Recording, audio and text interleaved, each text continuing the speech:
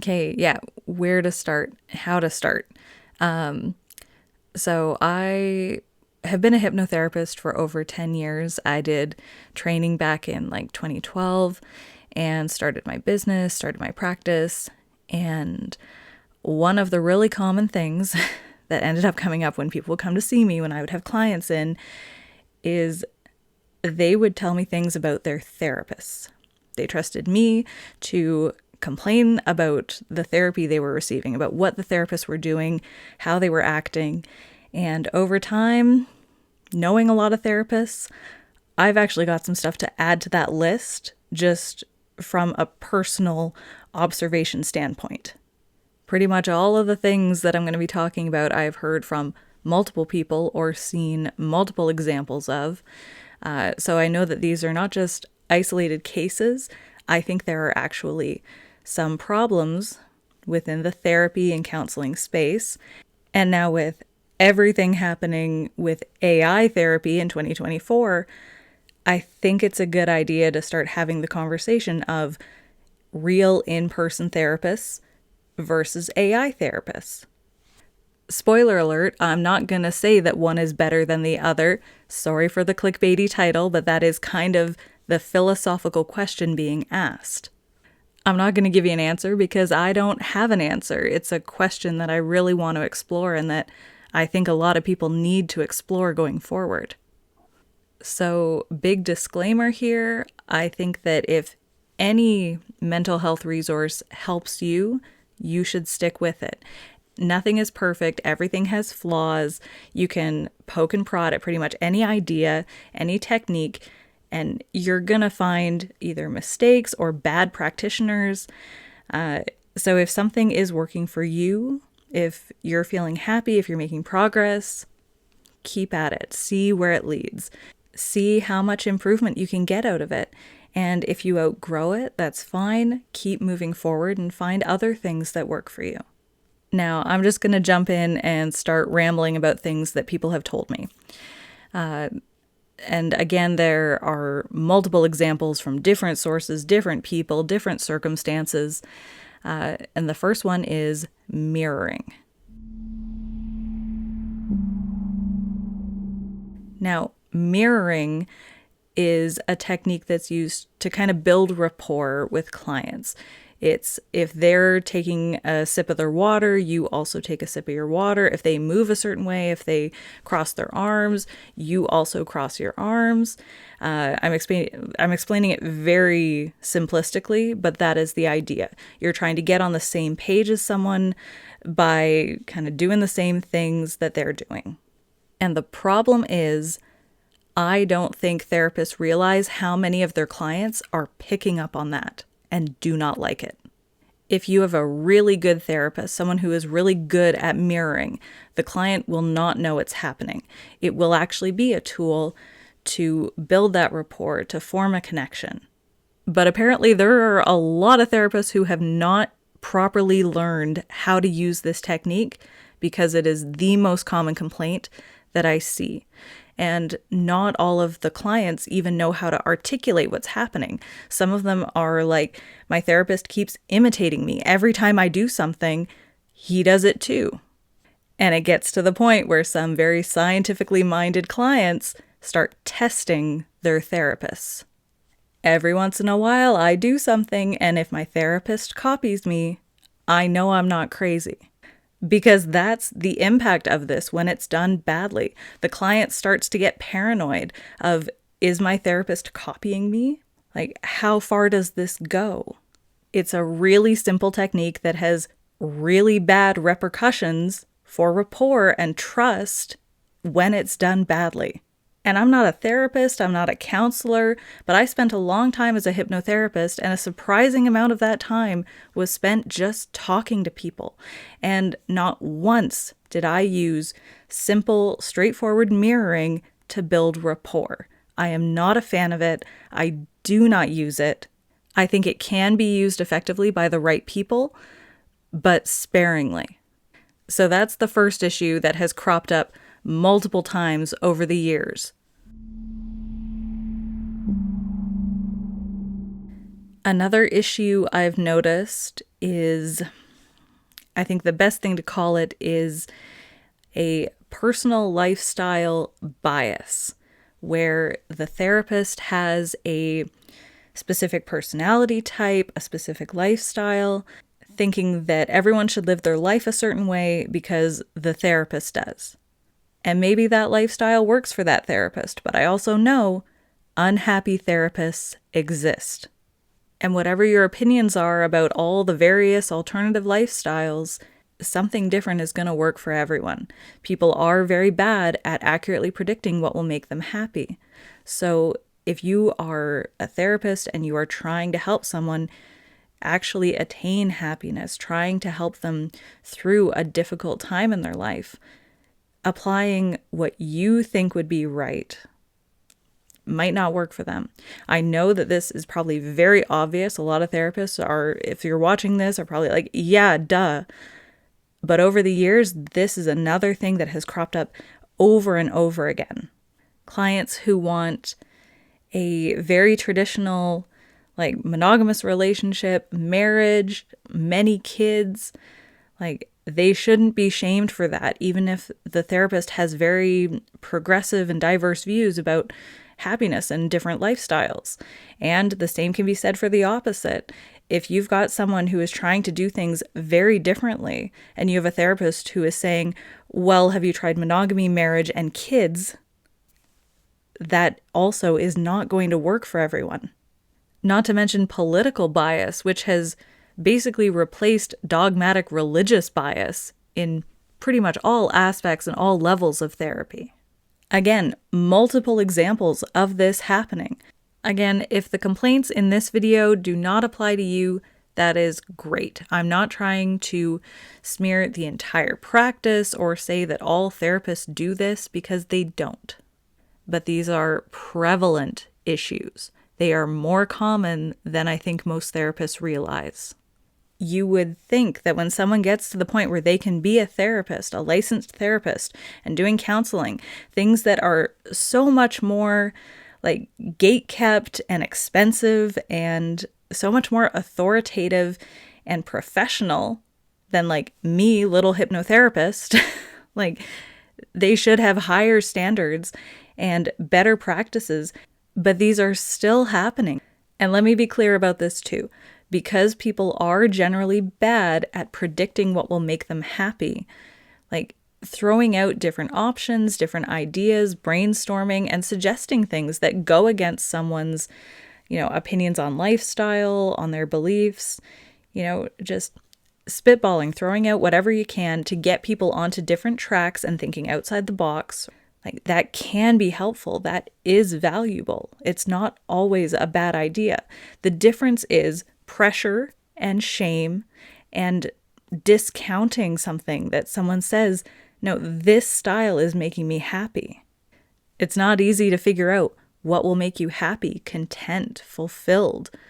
But most people have considered the obvious. So if they are shying away from more classical, traditional things, there's likely a purpose there. And if you're saying just go right back to the conventional thing that everyone else is doing, that's not likely the answer for that person. And again, the same for someone who wants that traditional style. Sometimes that works. No matter what someone is choosing, it is a beautiful thing when people find what works for them and it changes their life. The third thing, and this is going to lead me more back into the realm of AI, the third thing is real therapists sounding robotic, like as if they are artificially generated.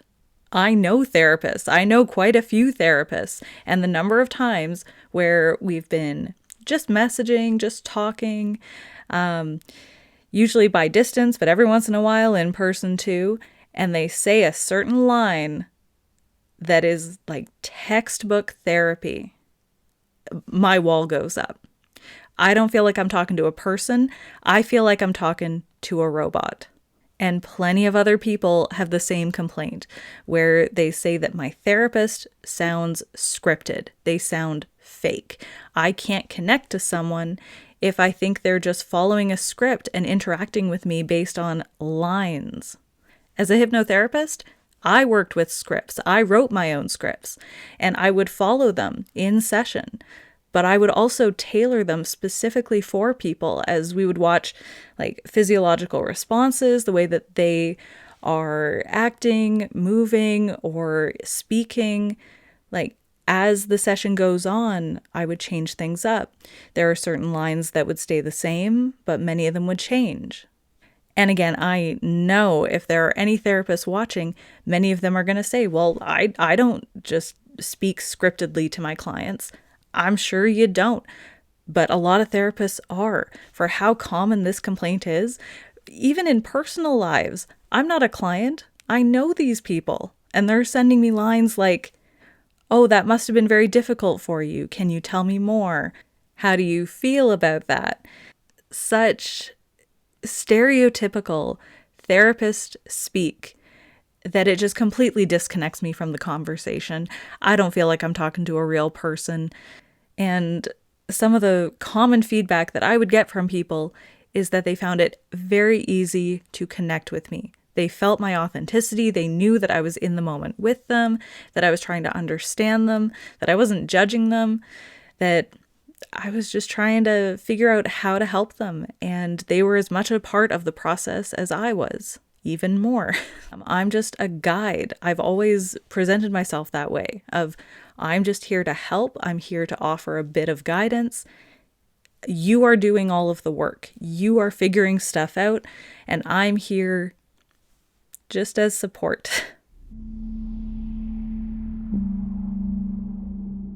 So now with the advent of AI, with these popularized systems where it's an AI therapist talking to people, and really convincingly, like if you haven't seen anything from the modern AI therapists, look it up, try it out, test it, because in some cases it is really convincing that it's a real person. In some cases it'll even argue very logically that it is a real person. And because of a lot of the things that I just mentioned, it might be preferable to a real person. In some cases, if it is a well-created, well-controlled AI. Because if you don't know, recently there's been some controversy about AI therapists encouraging people to hurt themselves. And it's just ridiculous. I still can't believe some of the examples that are out there. If you're thinking about doing AI therapy, absolutely inform yourself about what is going on, because you don't want to be in a vulnerable position and have a robot tell you to do something you shouldn't be doing. I don't know of any real life cases of real therapists telling their clients to off themselves recently. But again, if it was a real therapist, they could probably do it in a much more subtle, convincing way and no one would catch them. One of the only reasons that we know about AI doing this stuff is because it's on record. And there's probably tons of examples, both cases of real life therapists and AI doing horrible things that we don't know about. But real human therapists have helped countless people. And AI is shaping up to look like it's also going to help countless people. So how do we weigh these things against each other? Like, I didn't think we'd get to the point in 2024 where we have clients sitting in front of a computer screen interacting with some sort of therapist thinking, wow, this guy seems like really robotic, really biased, and I think he's mimicking me. Maybe he's a real person.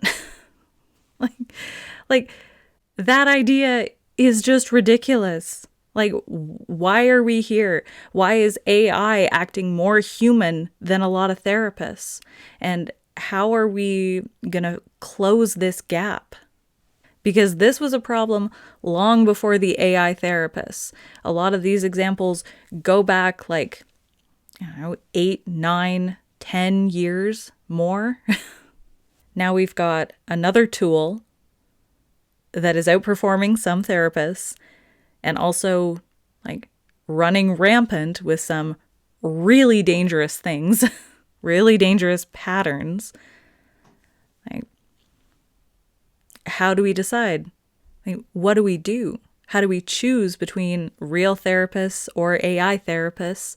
And how do we prepare ourselves or protect ourselves from the pitfalls of both? One of the reasons, because I've been thinking about making this video for a really long time, and one of the things that held me back was I felt like I was almost giving up some therapists' secrets or calling them out in a way. And that's just not what I wanted to do. That's not the purpose, really, of this video. If you're a therapist and you're doing those kinds of things, just be more aware. Like, your clients are picking up on stuff and they need better help than that. I don't want to set clients and therapists at odds with each other, but I also don't think these problems should be covered up or hushed because they need to be fixed. They need to be examined. If clients being informed and critically thinking is a problem for your practice, you need to improve your practice. And if you're involved with AI therapy, you need to vastly improve the safety of your products. Because human or machine, if something is messing with your head, you need to know it's at least in a beneficial way. Hypnosis is all about manipulation. And if you're allowing yourself to be manipulated with the hope that you're going to connect dots or make your life better or discover something about yourself, like that kind of trust is dangerous in the wrong hands, human or machine. So like I said, I don't have an answer. What's better, human therapists or AI therapists? But I do think that including AI and going down this path means that more importantly than ever, clients need to be aware of bad actors in the therapy space. Do your research and set up internal safeguards where if something doesn't feel right, if something feels dangerous, if you feel like you're being pushed towards something harmful or not beneficial, life-threatening or not, you should be able to say, no, I don't think this is for me. I'm going to go find something else. Everyone's favorite non-answer. Think critically and every situation is different. You need more than the general idea and techniques to get through and connect with people. Therapy does not help. The right therapist saying the right thing at the right time does. The general idea is not enough. You need tailored care and responses to each person. Sure, there are certain patterns that generally help, but more often than not, specialized, unique care given to people is what works best for them. You can't paint all clients with the same paintbrush, and if you try, you're not going to help as many people as you could. Love the uncertainty and nuance. It's all we've got. How many people are choosing AI therapists over human therapists? And yes, the wait times, like the wait lists, are probably a huge factor. They're probably the biggest factor, that you just have to wait so long to see a human therapist, and you don't have that with AI. But how many people are going to AI therapists because they've been completely turned off by the practices and techniques and judgments from real life therapists? This creates a further question of how can we improve human therapy? So that's it. This is my potentially very controversial video. If you have any ideas, anything that you want to add, comment below. Remember that I'm not really an extremist either way. I just want people to think about things. Put your thoughts in the comments. Things that therapists, any type of therapist, do that annoys you, that bothers you, that stops you from connecting and getting what you want out of therapy. Or comment with praise. What do really good therapists do? What sets them apart? If this topic puts you into existential crisis, journal, and put on your favorite movie. All right, that's it. Bye.